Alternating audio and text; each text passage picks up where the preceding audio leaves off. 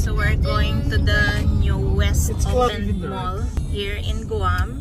It's called Don Don Don Don Donkey. Ano nga yun? Donkey. Ano yung pangalan, Watson? Village of Donkey. Village of Donkey. Don Don Donkey. It's a foreign name of Don Quixote. How about the Don Quixote in Japan. Marami pang tao kasi kaka-open pa lang. Ay marami pa palang sasakyan. Guys. Perfectly parked. Ito. Logo niya. Actually, wala naman kami masyadong bibilhin dahil nakapag-grocery na rin kami. Since kaka-open nga lang nito noong April 25 this year, syempre gusto din namin ma-experience kung ano ba talagang mayroon dito sa loob. Pagkapasok, bubungad agad sa inyo ang half a day. Kaya guys, tara na, samahan nyo kami sa aming nakakatawang pag-shopping. So pagpasok sa loob, na-attract agad ako dito sa keychain at saka sa ref magnet. Yan yung price niya.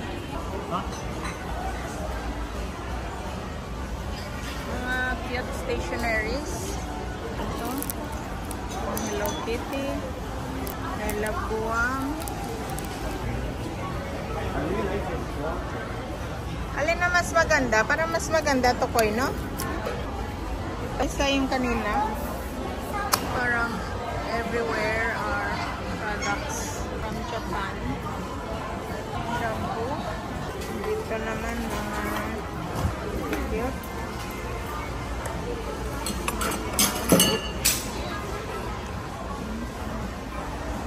Huh? Their pants. Where? Ah. Oo nga. Oh, ang cute. Wow, colorful. Big. $20. We also have omelette pan. Omelette pan. Omelette. Ah, yan pala yung pang omelette. Yeah, egg pan. Cute. Parang ganahan ka magluto, ano?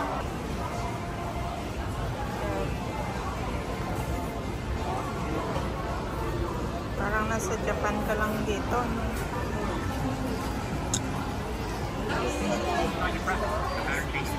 Ay, gusto mo to? What's on? Don Pen. Ang cute. Ano naman to? Itlog. Official Donkey mascot character. Yung facial wash na hanap ko. Ay, hindi ka naman yung maintindihan kay mostly Japanese. Try ko rin siguro ito kasi ubos na yung facial wash. Please try it. Total shipments 4.8 million. Original whipped premium. Firm elastic So, leather, ito na kaya moist yung and supple, tinatawag na cleans facial gently. wash. With vitamin C, enzyme pores, I will more try smooth this. and bright. With moisture. Dorayaki. Try natin. This is called rice cake. Ah, parang puto siguro kung sa The atin. Japanese version. Ah. Ano nang laman niya man? Ano kaya ito? Ah, matcha cream. Kano to? $3.99. $3.99. Pili ka lang ng isa. Na itatry natin. Matcha? Sige. Baka yun ang masarap po. And the Cheetos here is cheaper compared to other stores. Kuha tayo isa. Ano yan? Pre-taste? Gusto mo tumikim? No, I just ate more food. Wow. Ang galing, oh. Daming ibang-ibang klase. Cookies, wafers, and pie. Juice or jelly? Ano to? Ay! Dito na yung ako nga. You can just read here. It's probably oh, it's a yogurt. Ah, yogurt.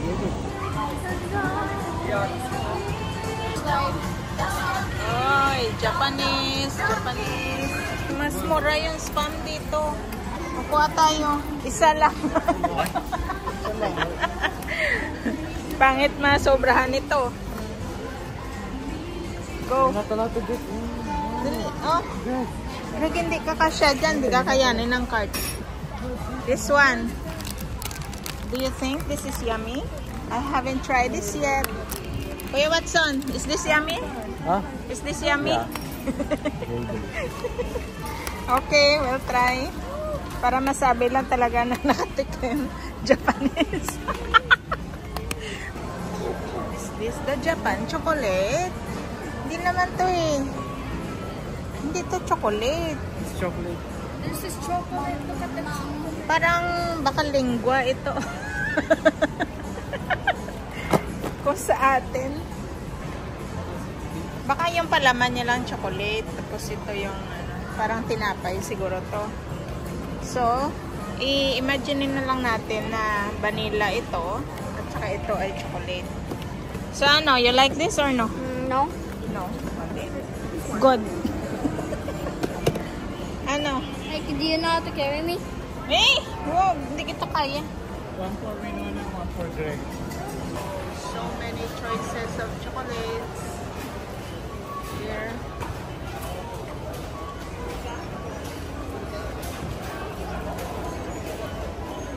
Seth, meron kaya dito Yakult? Ha?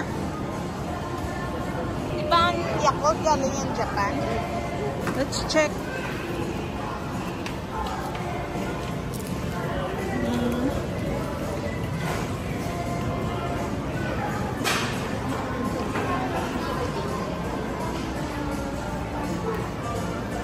Dessert.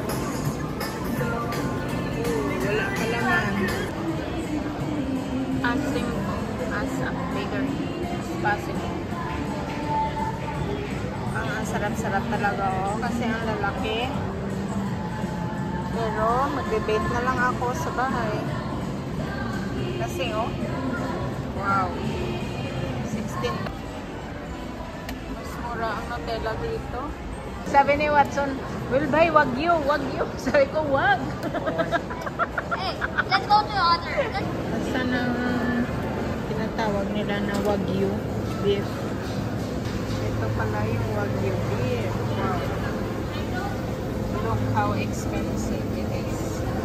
57.59. That must be very yummy and nutritious.